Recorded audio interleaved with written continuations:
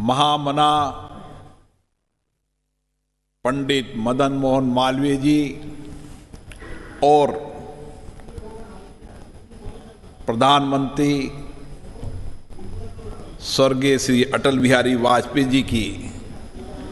जयंती पर मैं उन्हें प्रणाम करता हूं। भारत की संसद के इस ऐतिहासिक कक्ष में जहां आजादी की गाथा लिखी गई, भारत का संविधान बनाया, उस ऐतिहासिक केंद्रीय कक्ष में अलग अलग प्रदेशों से, केंद्र शासित प्रदेशों से आए मेरे ऊर्जावान, सामर्थ्यवान नौजवान आज दो भारत रत्न पंडित मदन मोहन मालवीय जी और स्वर्गीय अटल बिहारी वाजपेयी जी को श्रद्धांजलि देने आए हैं।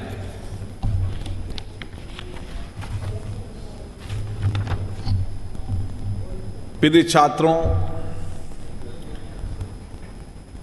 देश के महामन पंडित मदन मोहन मालवीय जी की 161वीं जयंती है। पंडित मदन मोहन मालवीय जी को भारत की शिक्षा प्रणाली में योगदान और भारतीय स्वतंत्रता आंदोलन के प्रणेता के रूप में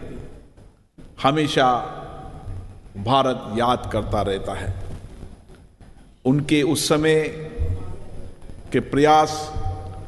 1916 के अंदर जो उन्होंने एक शिक्षा, संस्कार, संस्कृति का एक विश्वविद्यालय बनाया, बनारस विश्वविद्यालय आज भी वह देश का सर्वश्रेष्ठ विद्यालय है। एक कठिन परिस्थिति के अंदर जब उनके पास पढ़ने के पैसे नहीं थे, उनकी मां ने कड़े बेचकर उनकी शिक्षा कराई, लेकिन उनके मन में भाव थे कि देश का हर नौजवान अच्छी शिक्षा प्राप्त करे, उच्चतम शिक्षा प्राप्त करे, अच्छे संस्कार प्राप्त करे और एक देशभक्त नौजवान बने। इसके लिए पूरे देश में निकले, लोगों से धन इकट्ठा किया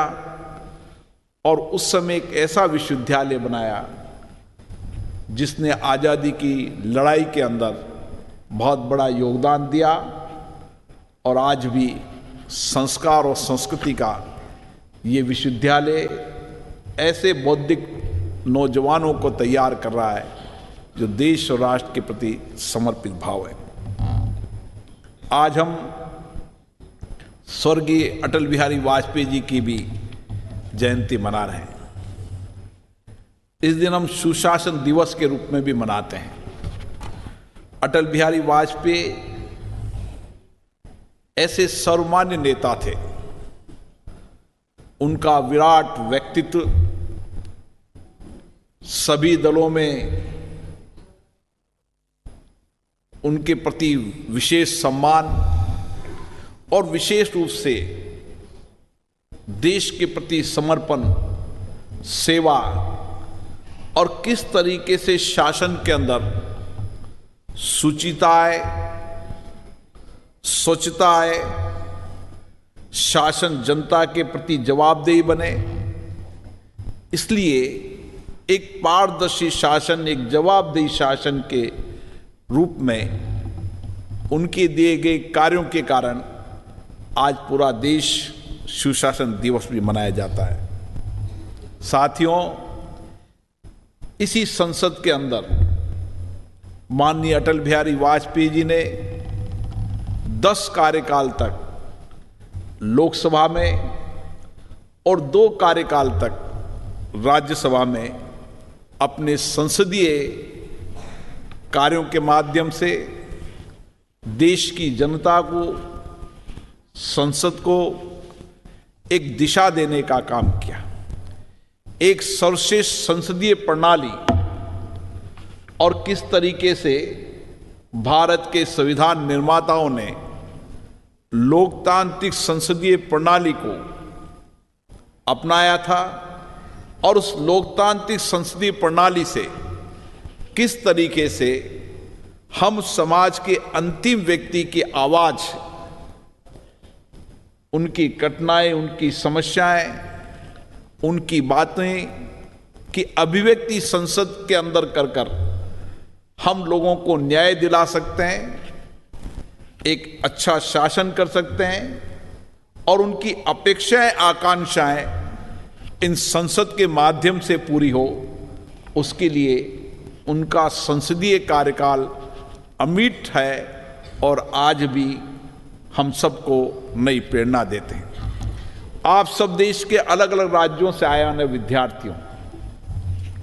और आज जब मैं सुन रहा था आपको किस तरीके से आप महान मना पंडित मदन मोहन मालवीय जी के जीवन के बारे में, पूर्व प्रधानमंत्री अटल बिहारी वाजपेयी जी के जीवन के बारे में जिस तरीके से आप चर्चा कर रहे हैं, संवाद कर रहे हैं, आज पूरा देश देख रहा है। अभी कुछ देर पहले आपने प्रधानमंत्री के मन की बात भी सुनी, किस तरीके से प्रधानमंत्री जी ने इन विराट व्यक्तित्व के बारे में आपको जानकारी दी। वह स्वयं संसद भवन के अंदर आए, दोनों नेताओं को श्रद्धांजलि दी, आपका व्यक्तिगत रूप से भी उनका मिलना हुआ। यह हमारा सुखद संयोग है कि आज लोकतंत्र शासन संसदीय प्रणाली से जब ने आजादी का 75 वर्ष लोकतंत्र का अमृत महोत्सव मना रहे हैं, हमारा देश आगे बढ़ रहा है और उस देश को आगे बढ़ाने में सबसे बड़ा योगदान है तो आप जैसे नौजवानों का है, जो सामर्थ्यवान है, जो बौद्धिक क्षमता से परिपूर्ण है, जो तकनीकी विज्ञान टेक्नोलॉजी के अंदर जिनका अनुभव है और जिसके कारण दुनिया के अंदर आज भारत नेतृत्व कर रहा है, आप जैसे नौजवानों के कारण कर रहा है। और इसीलिए हम इन दोनों विराट व्यक्तित्व की जयंती के साथ किस कठिन परिस्थितियों के अंदर पंडित मदन मोहन मालवीय जी ने शिक्षा प्राप्त की, किस तरीके से एक शिक्षक परिवार के अंदर पैदा हुए अटल बिहारी वाजपेयी जी ने देश और राष्ट्र के प्रति समर्पण और निष्ठा, जो कुछ भी मेरा है देश के लिए है। अभी हमारी उत्तराखंड की एक वक्ता बता रही थी, केरल के अभी एक नौजवान बता रहे थे, पश्चिम बंगाल, राजस्थान, किस तरीके से उनके विराट व्यक्तित्व के बारे में बता रहे थे कि जो कुछ भी उन्होंने अपने जीवन को समर्पित किया, देश के लिए किया, देश को आगे बढ़ाने के लिए किया। और एक ऐसे विराट व्यक्तित्व जिन्होंने उस समय दुनिया को बता दिया, पोखरण के अंदर परमाणु परीक्षण कर कर अपनी शक्ति और ताकत को बताया। उन्होंने कारगिल के अंदर हमारे वीर सैनिकों की ताकत, उनकी ऊर्जा, उनके सामर्थ्य के बल पर कारगिल के अंदर हमने विजय प्राप्त की। किस तरीके से उन्होंने देश के गांवों को जोड़ने का काम किया, किस तरीके से भारत रोड कनेक्टिविटी के अंदर एक हो, उसके लिए उनका योगदान हमेशा याद रखा जाएगा। कई तरीके की टेक्नोलॉजी हो, टेलीफोन हो, कई तरह के ग्रामीण विकास हो, उनके योगदान आज प्रधानमंत्री नरेंद्र मोदी जी आगे बढ़ा रहे हैं। और आज आप देखिए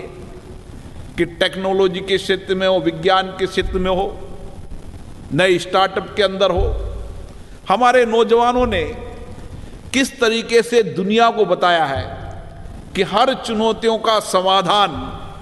अगर निकलेगा तो भारत की धरती से निकलेगा, भारत के नौजवानों के सामर्थ्य और बौद्धिक क्षमता के कारण निकलेगा। और इसीलिए आज हम यहां पर आए हैं। हम इन विराट व्यक्तित्व के जीवन के बारे में जानेंगे, उनके व्यक्तित्व कर्तृत्व के बारे में जानेंगे, उनके समर्पण के बारे में जानेंगे, और यहां से जो आप संदेश लेकर जाएंगे, विचार लेकर जाएंगे, उन विचारों को देश के हर युवाओं पर पहुंचाने का काम करेंगे। हमें भी भारत में ऐसे नौजवानों की शक्ति और सामर्थ्य चाहिए जो आने वाले समय के अंदर भारत को विकसित राष्ट्र बनाने में अपने संकल्पित होकर लक्ष्य और ध्येय से काम करें, और जो कुछ भी हमारा जीवन है वो राष्ट्र के प्रति समर्पित है, देश के प्रति समर्पित है। ये भाव आप लेकर यहां से जाएंगे। मैं सभी राज्य के आने वाले इन नौजवान भाइयों और बहनों का इस संसद के केंद्रीय अक्ष में स्वागत करता हूं, अभिनंदन करता हूं। मुझे आशा है जो आप संकल्प लेकर जाएंगे, जो आत्मविश्वास लेकर जाएंगे, उस संकल्प को पूरा करेंगे और आपसे देश के और नौजवानों को प्रेरणा मिलेगी। हमें जब भी महापुरुषों के जीवन की गाथाएं, उनके विचार दर्शन और हमारा इतिहास, हमारी विरासत, हमारे इतिहास को, हमारी विरासत को याद करते हुए आधुनिक भारत के निर्माण में आपका महत्वपूर्ण योगदान रहेगा। आप सभी को बहुत बहुत धन्यवाद।